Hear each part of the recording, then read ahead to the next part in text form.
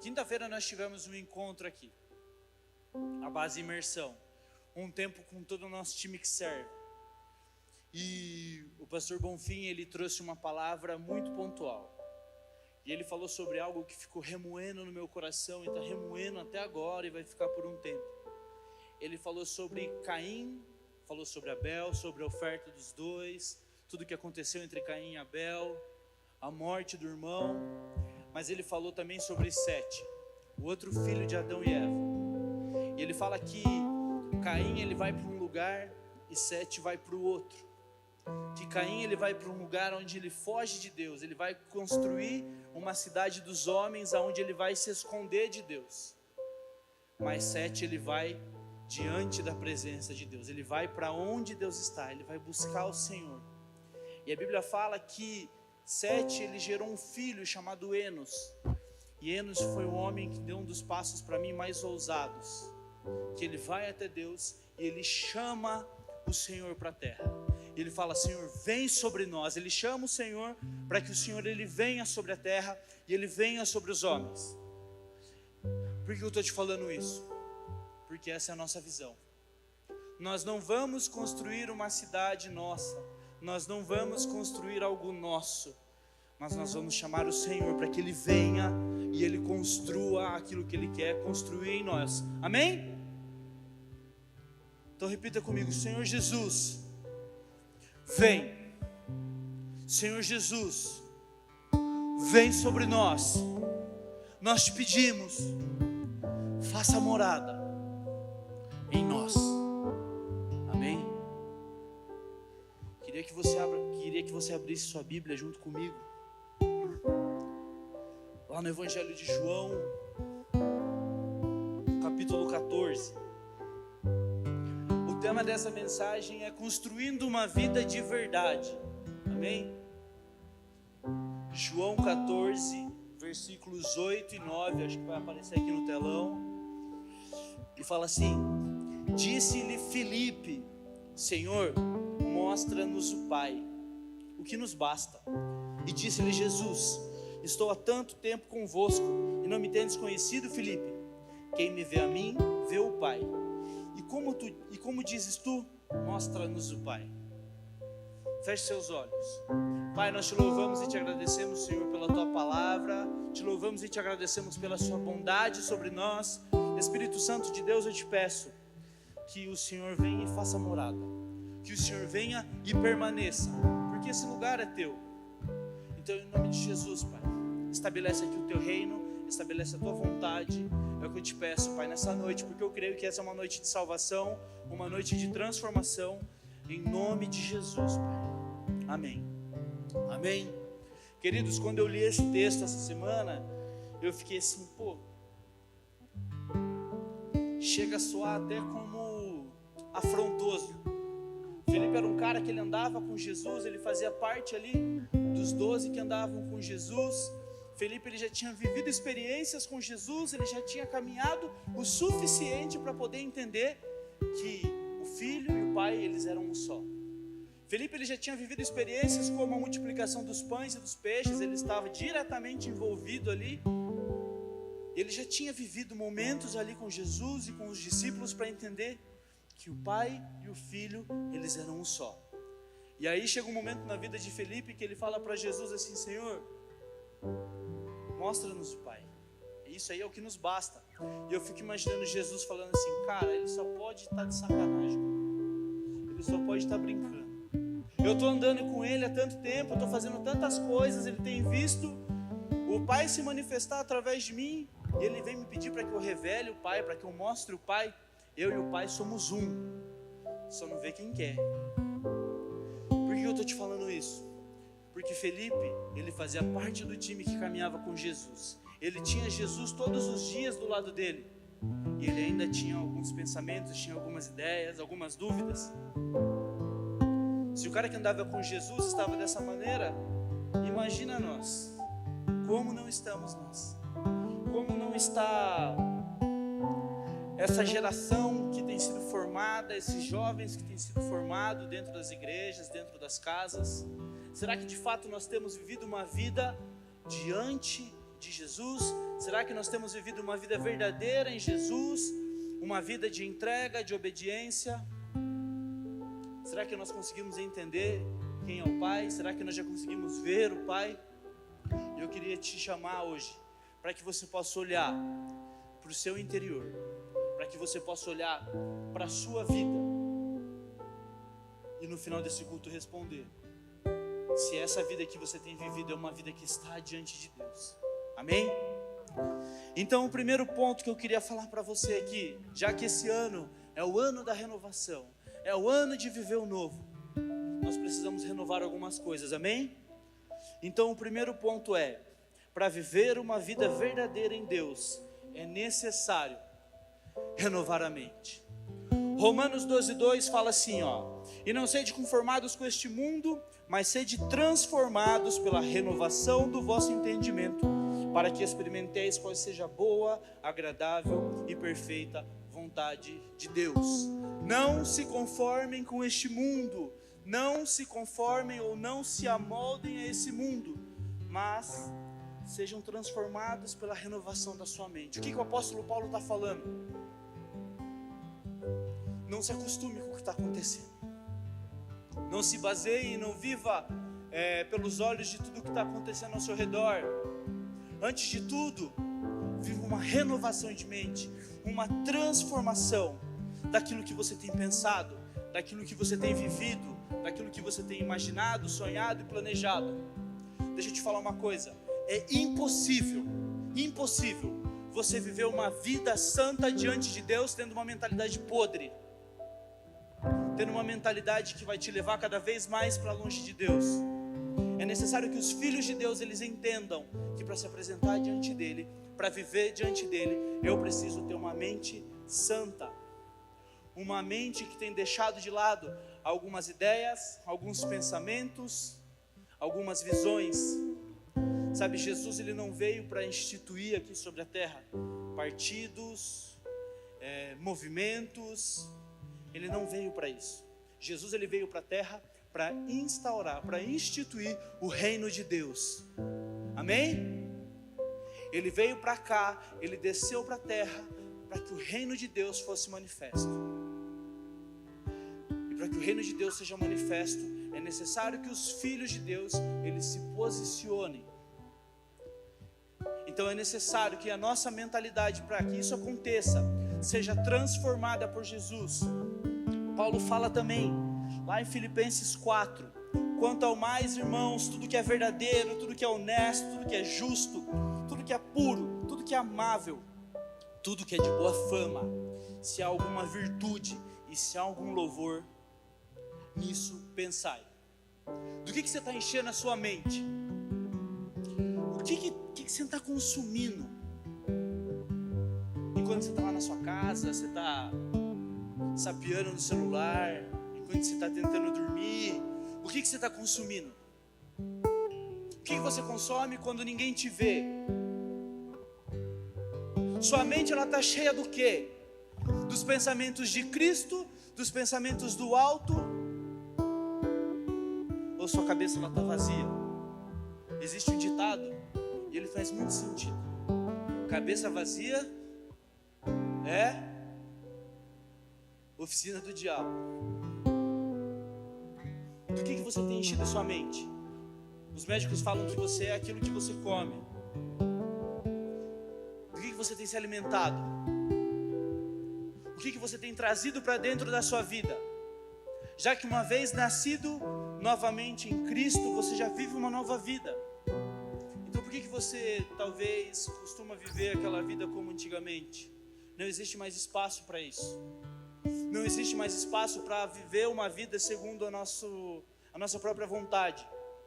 Para você viver uma vida verdadeira diante de Cristo, é necessário você ter a mentalidade de Cristo, a mentalidade dos céus. Nós dividimos, nós amamos, nós perdoamos, nós nos entregamos. E infelizmente, eu trabalho com comunicação. Eu trabalho aqui na igreja, faço parte do time da comunicação da igreja. Mas a parte disso, também tem uma empresa, a gente trabalha com mídia social. E a gente tem que, querendo ou não, acabar consumindo muita coisa e entendendo muita coisa. E eu vou te falar uma coisa: se existe uma geração que é carente de referências boas e até de referência ruim, é essa nossa geração.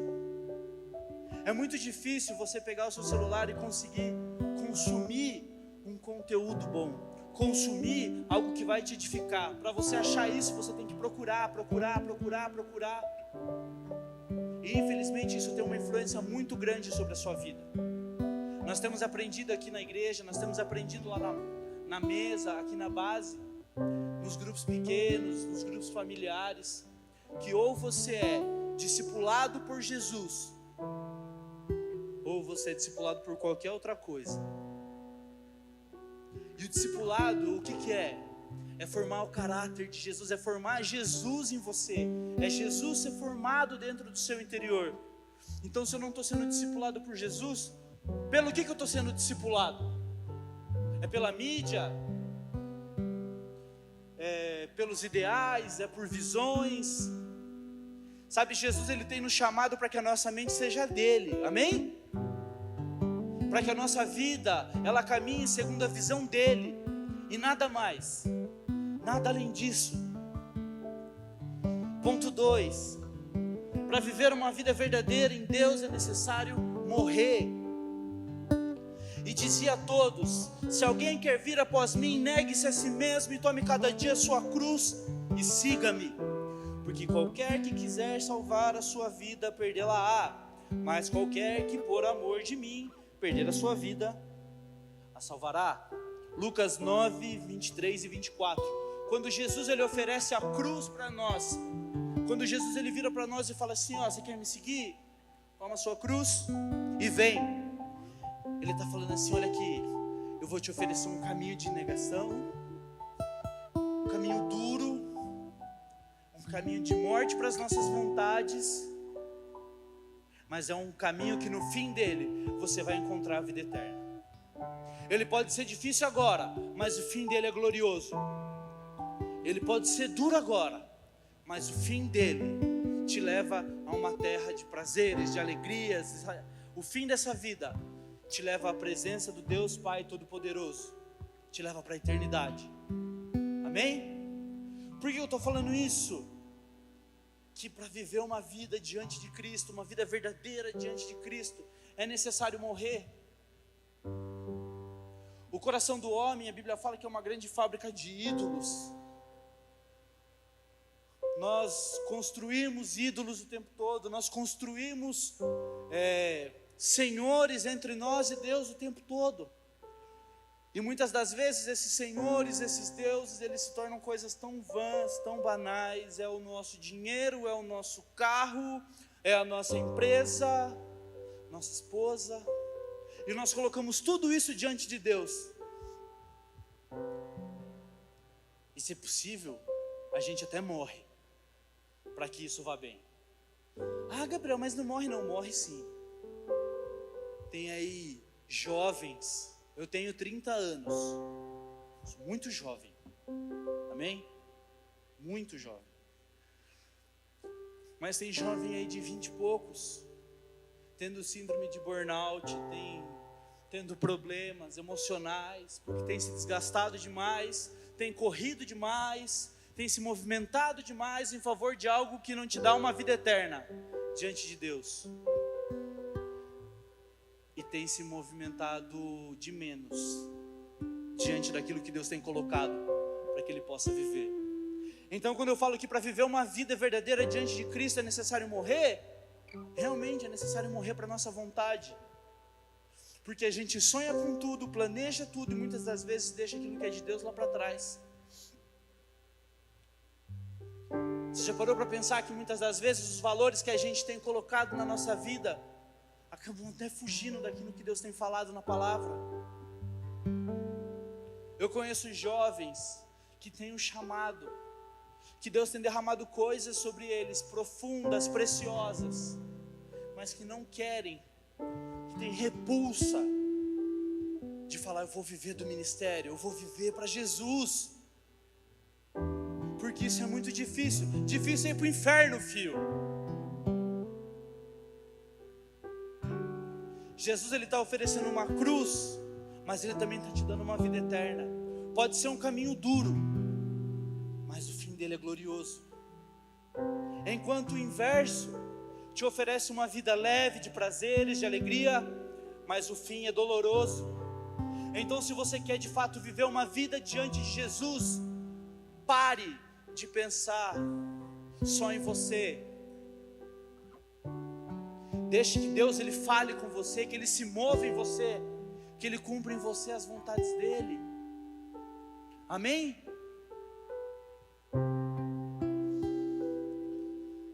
Se você pegar a Bíblia, se você pegar a palavra e ir lá para o Novo Testamento e começar a analisar o que o apóstolo Paulo fala, começar a analisar textos que ele envia nas cartas para as igrejas, para as pessoas que caminham com ele, existe uma coisa que ele sempre fala, que talvez seja mais prazeroso morrer para estar perto do Senhor do que permanecer aqui.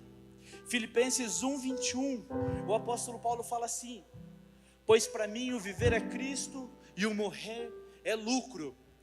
O versículo 22, se eu não me engano, ele vai falar assim, ó: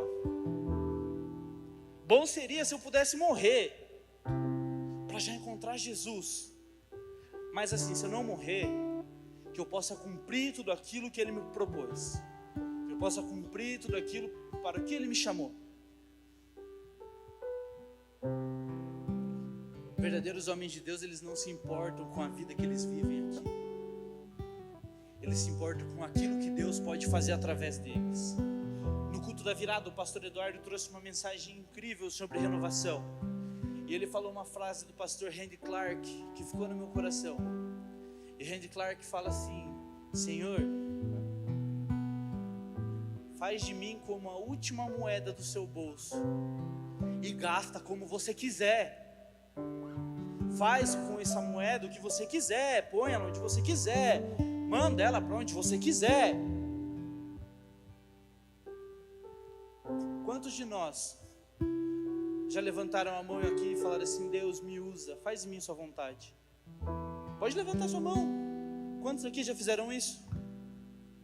E se a vontade de Deus implicar que você abandone os seus sonhos, sua faculdade, sua empresa, saia do seu namoro todo errado, de um noivado todo errado?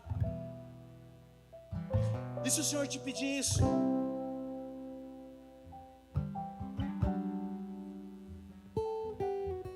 Às vezes a gente faz orações para o Senhor e quer condicionar a maneira com que Ele vai trabalhar. Senhor, eu te entrego a minha vida, mas vai só até aqui. Daqui para lá é comigo, ou de lá para cá é comigo. Vocês estão conseguindo me entender? É porque está todo mundo quieto. Era para ser um culto de festa, amém? Está começando o ano, mas não dá para ter festa com uma geração indo para o inferno. Vocês estão conseguindo entender onde eu estou querendo chegar? Durante a semana eu estava escrevendo essa palavra, e eu estava falando com o Edu, e eu falei assim: Edu, Deus está falando uns negócios comigo, e a minha vontade é sair correndo aqui pela igreja,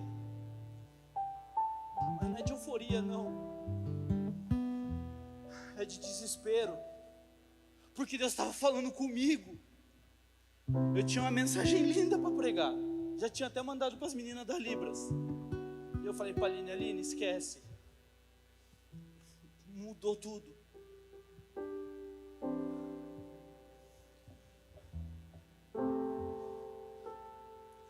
Tem gente demais se perdendo, e eu não estou falando fora da igreja. Tem gente demais aqui dentro se perdendo. E enquanto eu não entender que eu preciso morrer para Jesus agora, para que eu possa viver uma eternidade livre, feliz,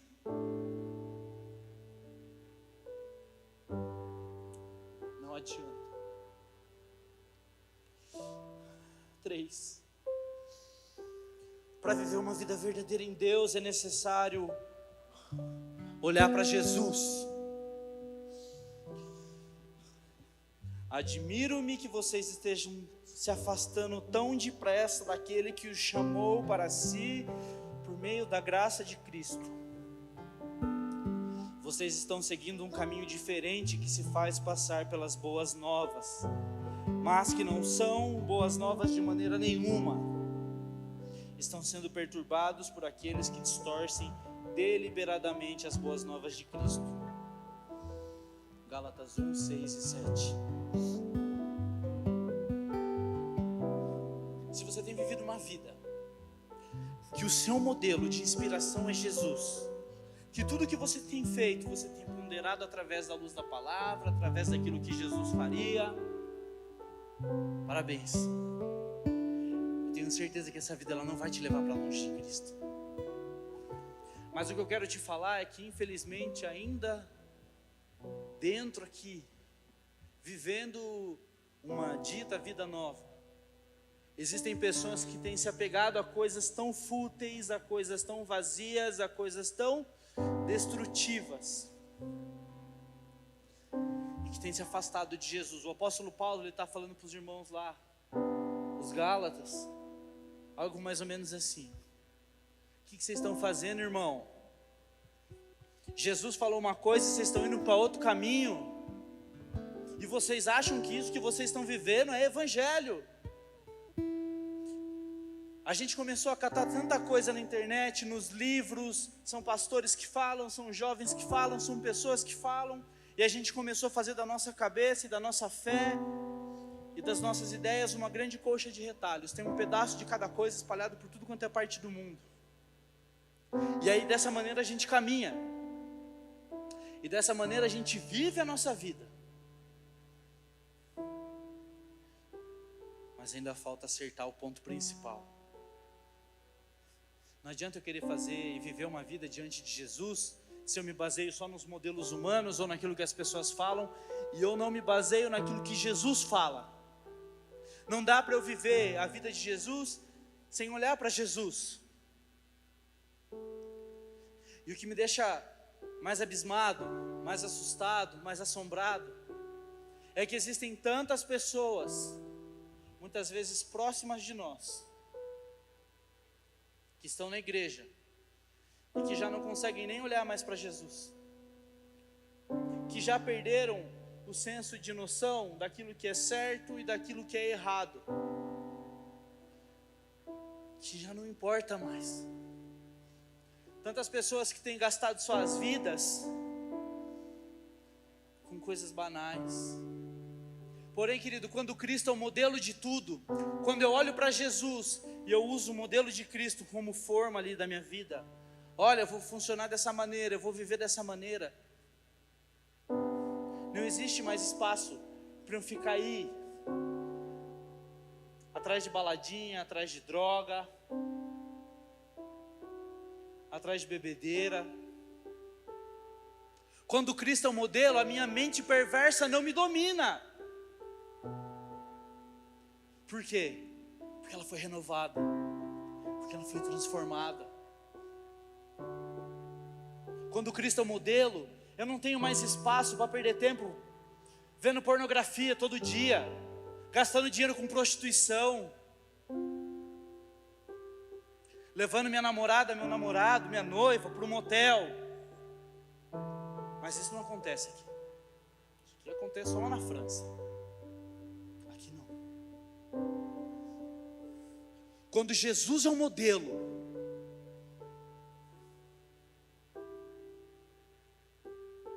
o meu prazer não importa. Quando Jesus é o modelo, quando eu olho para Jesus e quando eu caminho dessa maneira, eu tenho certeza que a vida que eu vou viver é uma vida bíblica, é uma vida que me aproxima de Deus. Sabe, tem pessoas que elas já estão tão cegas, e eu já estive cego. Querido, fazem 14 anos que eu me converti. Em 2008, quando eu me converti, eu era um maluco depravado que não estava nem aí para nada.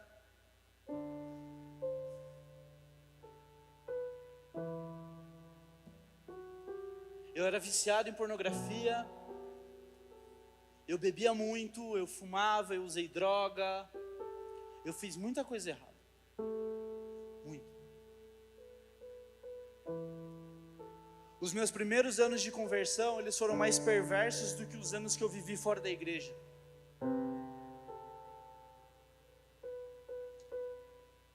E isso é muito triste.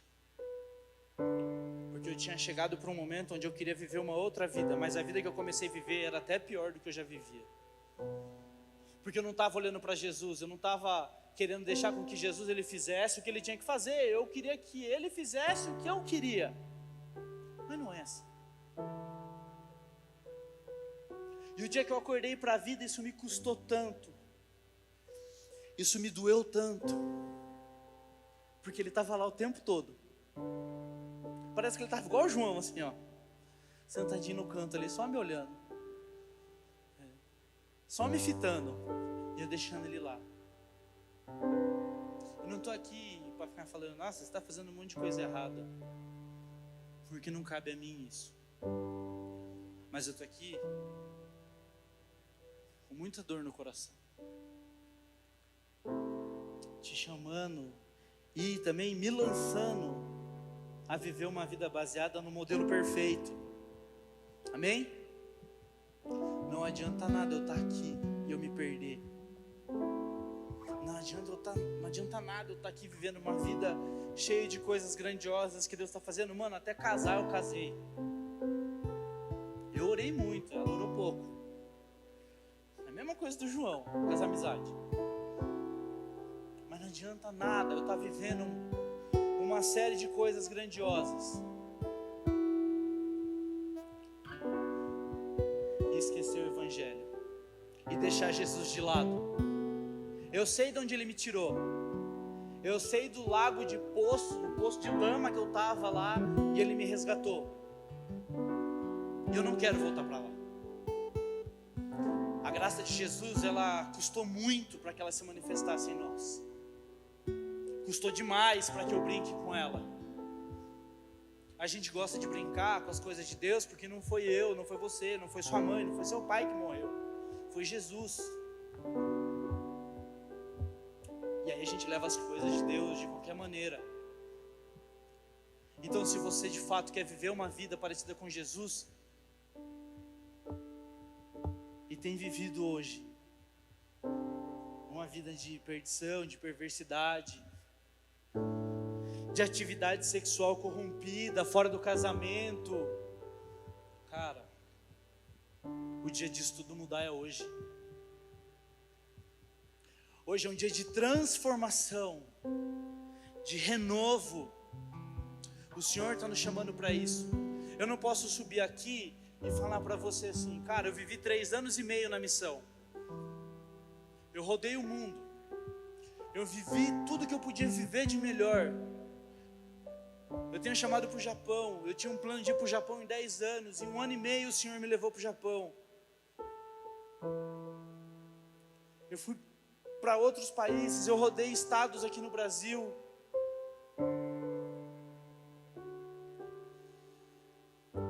E o que queima meu coração é isso. E eu podia vir aqui, e é o que eu ia fazer. E falar assim, ó, se levante e vá pregar lá fora. Se levante e vá alcançar os perdidos. Vai discipular, vai pregar o evangelho, pede a conta no trabalho e vai para a missão. Era isso. Mas não dá para fazer isso se antes a gente precisa vir para Jesus. Não tem como ninguém ir por Jesus se a gente ainda não veio para Ele. Não tenho como eu trazer ninguém para Ele se eu ainda não vim para Ele. Então talvez seja o processo da gente se aproximar dele. É o primeiro culto da base nesse ano. É o primeiro dia que a gente se reúne. E o que eu estou fazendo aqui é pedindo para que Ele venha. Amém? O que eu estou fazendo aqui é pedindo para que Ele venha. E Ele se manifesta onde tem coração quebrantado, onde tem espírito humilde. Ele se manifesta onde existe arrependimento genuíno. Sabe, tem muita cadeira vazia aqui. E o Ale, ele tem falado muito que um dia ele teve uma visão, teve um sonho, que nós tínhamos 1000 jovens aqui. E isso pode acontecer. Mas a primeira coisa que a gente precisa ter aqui são jovens sarados, curados das suas emoções, curados dos seus pecados, das suas lutas, das suas dificuldades. Não não dá para eu vir aqui só pensando em ir, enviar o pessoal, falar de Jesus, pensar em missão, pensar em evangelismo. Se talvez chegou um momento que a gente tem que pegar o cara pela mão aqui, abraçar e falar, viu, vamos andar junto, vamos se cuidar. Tá difícil para você? Já foi difícil para mim um dia, sabe? A gente tem que ter convívio, a gente tem que ser família de verdade, irmão.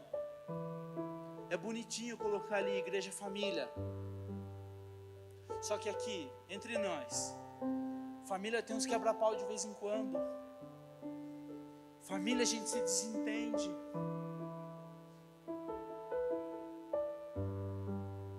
Eu estou caminhando com pessoas aqui que fazem parte da minha história, que fazem parte da minha família. Tem as pessoas que chegaram agora e tem os que já estão há mais tempo.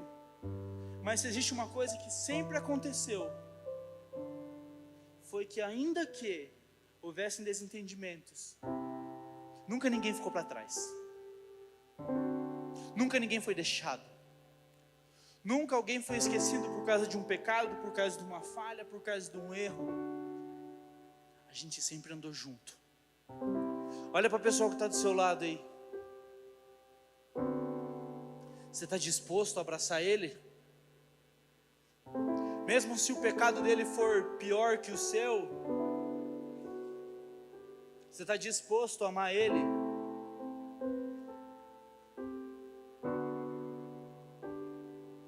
Jesus te amou e você se tornou inimigo dele. Eu me tornei inimigo dele e ele morreu por mim.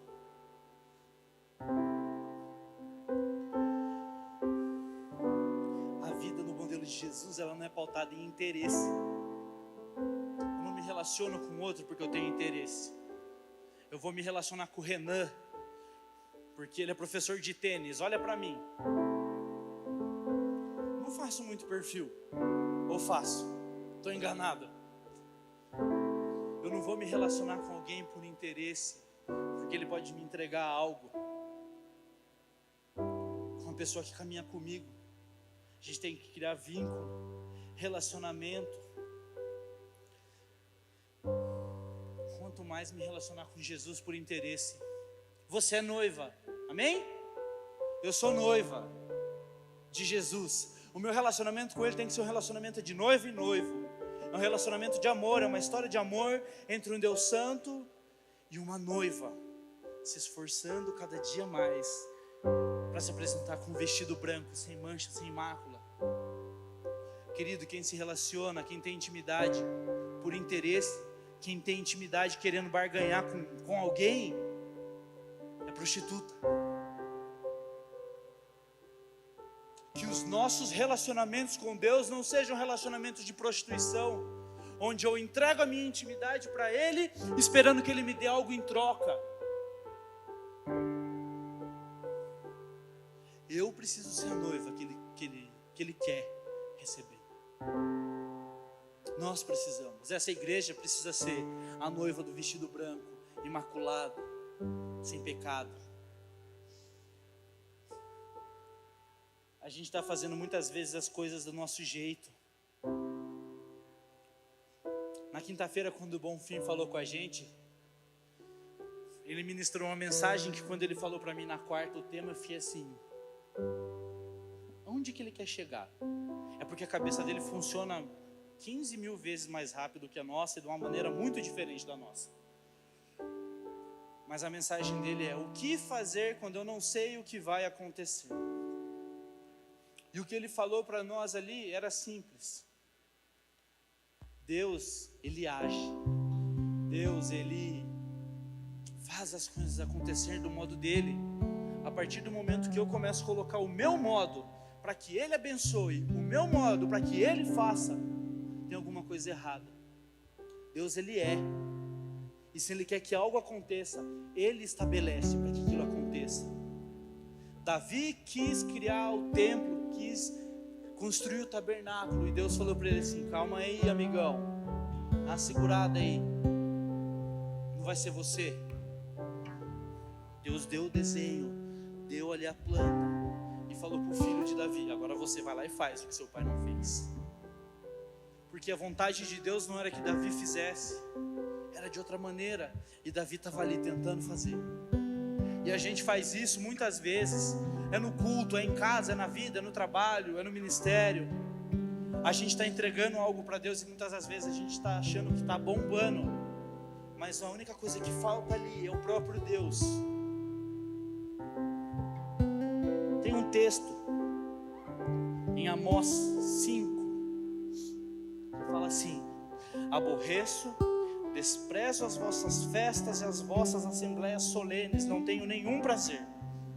E ainda que me ofereçais holocaustos e vossas ofertas de manjares, não me agradarei deles, nem atentarei para as ofertas pacíficas de vossos animais cevados. Afasta de mim o estrépito dos teus cânticos, porque não ouvirei as melodias das tuas liras. Antes, corra o juízo como as águas e a justiça como um ribeiro perene.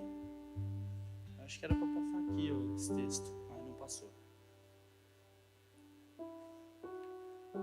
O que Deus está falando através ali do profeta Amós? Vocês estão fazendo tanta coisa, mas tanta coisa para mim. Estão tentando me entregar tanta coisa, mas eu já não quero mais isso. Isso não me agrada. O que eu quero é um coração justo. O que eu quero é uma vida reta, que flua o rio de justiça de Deus. Deus, Ele não está querendo show, festa, isso que a gente está acostumado a fazer. Ele só quer que a justiça dele corra como um rio sobre o nosso meio, entre nós, nas nossas vidas. A única coisa que Deus está falando ali: eu só preciso que vocês se ajustem com a minha verdade, com a minha palavra. Não é do modelo que a gente quer fazer sempre, mas é no modelo dele. Amém? Não existe mais lugar para ficar enfeitando, inventando, criando modinha. A gente chegou num tempo que a gente tem que viver única e exclusivamente a vontade de Deus, estabelecer o reino de Deus, clamar como Enos, o filho de Sete, fez, e falar: Senhor, vem sobre nós. Deus, vem sobre o teu povo, vem sobre a tua igreja, para que a gente possa viver a sua verdade, para que a gente possa viver a real manifestação de quem o Senhor é. Amém? Para viver uma vida verdadeira em Deus, tópico 4, é necessário arrependimento e perdão. Tenho, porém, contra ti que abandonaste o teu primeiro amor. Lembra-te, pois, de onde caíste, arrepende-te e volta à prática das primeiras obras. E se não venho a ti, moverei do seu lugar o teu candeeiro, caso não te arrependas. Apocalipse 2, 4, 5. Essa é um trecho da carta de João para a igreja de Éfeso, porque ele está falando assim, ó: cara, você que abandonou o primeiro amor, você que esqueceu a essência, você que abandonou a essência, está desajustado o negócio aqui. Eu já não tenho parte com você. Você esqueceu aquilo que era o princípio. E Deus tem me falado já há algum tempo sobre uma coisa muito específica. Tem uma música do Rodolfo Abrantes muito antiga que fala sobre isso. Para que a gente possa viver o amor dos primeiros dias e o temor dos últimos. Que o Senhor coloque em nós o amor dos primeiros dias e o temor dos últimos. Porque quando eu viver dessa maneira, eu vou entender que a vida que eu tenho que caminhar, ela existe debaixo de uma nuvem de temor ao Senhor, de entendimento de quem Ele é. Quando eu entendo o que é o temor do Senhor, eu consigo ter uma vida de arrependimento, uma vida de perdão. E aí eu quero entrar num ponto que vai mais além.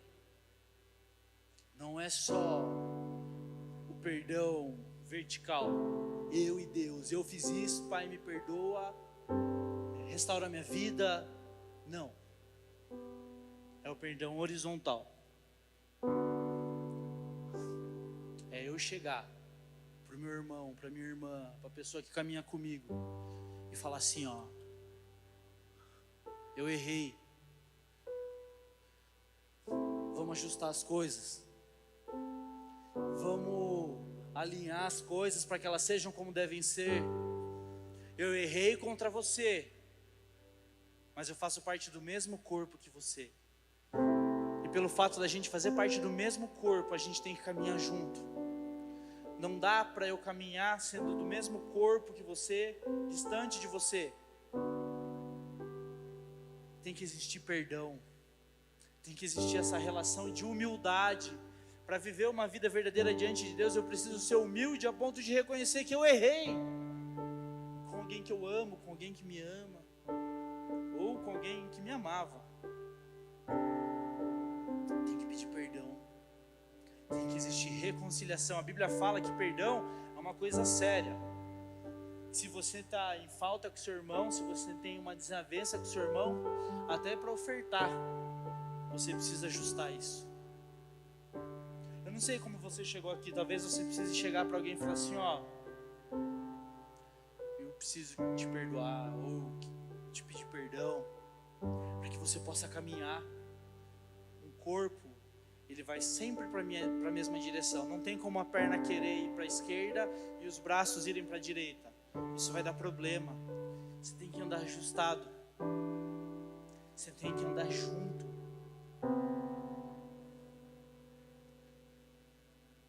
A falta de perdão, a falta de arrependimento, agora falando do vertical, eu e Deus, está fazendo uma geração se satisfazer com migalha. Comer migalha e achar que está satisfeito. Comer daquilo que qualquer um está dando e se alegra com isso. Quando você tem um coração arrependido, perdoador, perdoado pelo Senhor, você vai parar de sofrer, vai parar de viver por migalha, de criar problema em tudo. Não existe nada mais libertador do que o perdão. Não existe nada mais transformador do que o perdão. Seja no horizontal ou no vertical.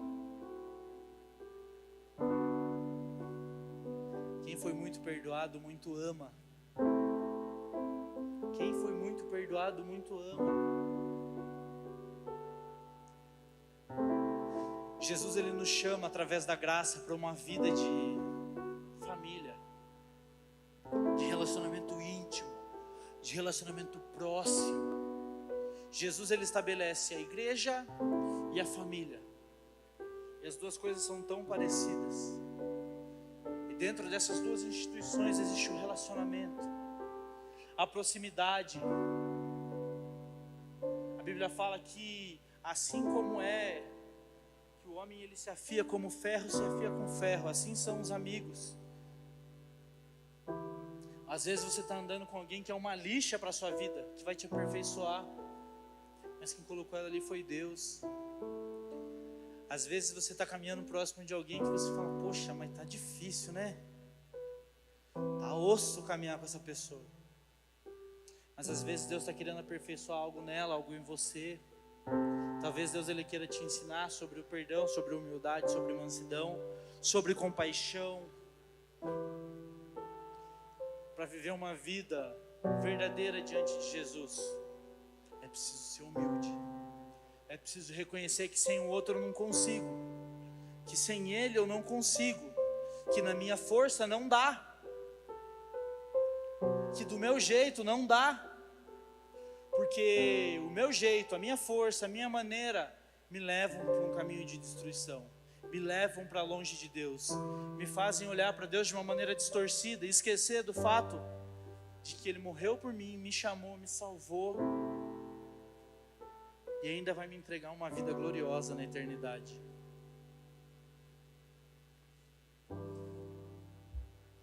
Toda lei se resume num só mandamento: ame o seu próximo como a si mesmo. Mas se vocês se mordem e se devoram uns aos outros, cuidado para não se destruírem mutuamente. Gálatas 5, 14 e 15. Jesus fala assim, ó: a maior lei de todas é amem a Deus acima de todas as coisas, e depois disso amem o seu próximo como a você mesmo. E aí Paulo fala para os Gálatas assim: mas viu, se vocês vivem aí num pé de guerra, vocês têm que tomar cuidado, porque daqui a pouco não sobra ninguém para amar, nem para odiar também. Talvez você esteja vivendo um processo que você precisa ajustar isso. Lá em casa, no trampo, na volta às aulas, na faculdade, sei lá. Ou talvez o negócio seja mesmo você e Deus.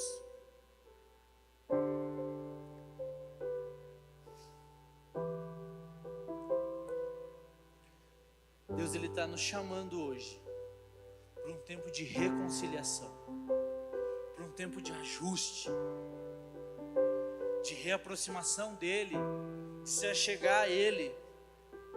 E eu vou te falar uma coisa, que esse chamado ele tem que ser atendido mais rápido do que o chamado para a prosperidade, do que o chamado para o crescimento, para a expansão. O chamado para o arrependimento, ele tem que ser atendido rápido, rápido demais. Eu tenho motivos pelo qual eu tenho que me arrepender. Quando eu sentei ali na cadeira para começar a escrever essa mensagem, era algo desesperador. E eu comecei a pontuar coisas diante de Deus. Deus, me perdoa por causa disso. Deus, eu fiz isso, Pai, eu caminhei dessa maneira até hoje, mas eu não quero mais. Eu fiz isso até hoje, mas eu não quero mais. Eu quero fazer segundo a sua maneira. Eu quero caminhar segundo a sua maneira. Jesus, ele te oferece duas coisas: uma cruz e a vida eterna. E talvez a gente esteja num processo de aperfeiçoamento. Talvez não, eu tenho certeza. Um processo de aperfeiçoamento. E para ser aperfeiçoado, a gente tem que se deixar ser moldado. Tem que ser humilde. Tem que se posicionar com humildade. Para viver, querido, uma vida de verdade em Jesus, eu preciso renovar minha mente, morrer para as minhas vontades, olhar para Jesus e seguir o modelo dele, e ter um coração arrependido e perdoador.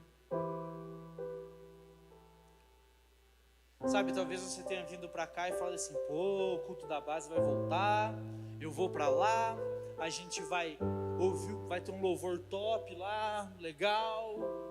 Faz um mês que a gente não tem culto, vai ter uma mensagem que vai me jogar para cima, e a gente vai começar o ano, mas não é, desculpa. O negócio aqui é te jogar para baixo, não para depressão, mas é para o pé de Jesus.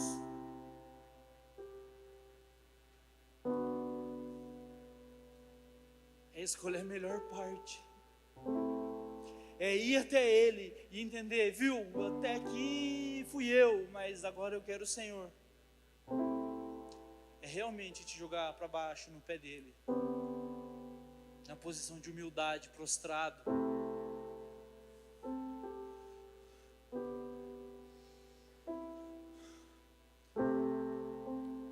Eu falei pro João essa semana, falei assim: João, tira uma música aí que ela é bem velha. É uma música do Fernandinho, bem velha, que o título dela é Chorem. Quem é velho de igreja já deve ter escutado essa música. Só que essa música, ela é um texto do livro do apóstolo, do profeta Joel. Eu vou ler esse texto para você.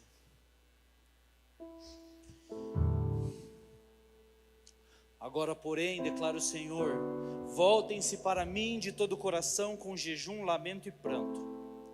Rasguem o coração e não as vestes. Voltem-se para o Senhor, para o seu Deus, pois Ele é misericordioso e compassivo, muito paciente e cheio de amor. Arrepende-se e não envie a desgraça. Talvez Ele volte atrás. Arrepende-se e ao passar deixe uma bênção. Assim vocês poderão fazer ofertas de cereal e ofertas derramadas para o Senhor, o seu Deus. Toquem a trombeta em Sião, decretem jejum santo, convoquem uma assembleia sagrada, reúnam o povo, consagrem a assembleia, ajuntem os anciãos, reúnam as crianças, aquelas que mamam no peito, até os recém-casados devem deixar os seus aposentos. Que os sacerdotes que ministram perante o Senhor chorem entre o pórtico do templo e o altar orando. Poupa o teu povo, Senhor, não faça da tua herança motivo de zombaria e de piada entre as nações, porque se haveria de dizer entre os povos: onde está o Deus deles? Joel 2, do 12 ao 17.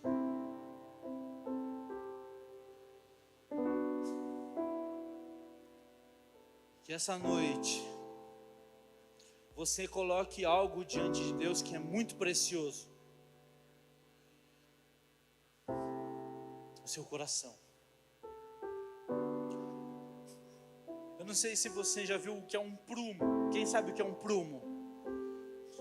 Os arquitetos, engenheiros, os filhos de pedreiro, né, Robert? O prumo, ele é uma ferramenta super tecnológica. É uma corda com peso que é usado para nivelar, para bater o nível de uma parede.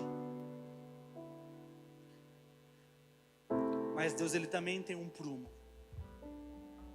que ele usa para nivelar o nosso coração, para ajustar o nosso coração. E esse prumo está estendido hoje. O Senhor, ele quer ajustar o nosso coração com a vontade dele. E isso é maravilhoso, porque se ele quer fazer isso, é porque ele ainda acredita e confia que essa geração pode viver a vida segundo a vontade dele. Se ele ainda tem falado conosco sobre mudança, sobre transformação, sobre arrependimento, sobre uma vida segundo o desejo dele, é porque ele acredita que essa geração, ela pode sim ser a geração segundo o coração de Deus.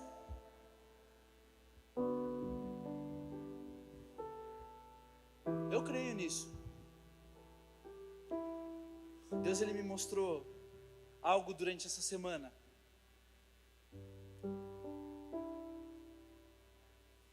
Está acontecendo.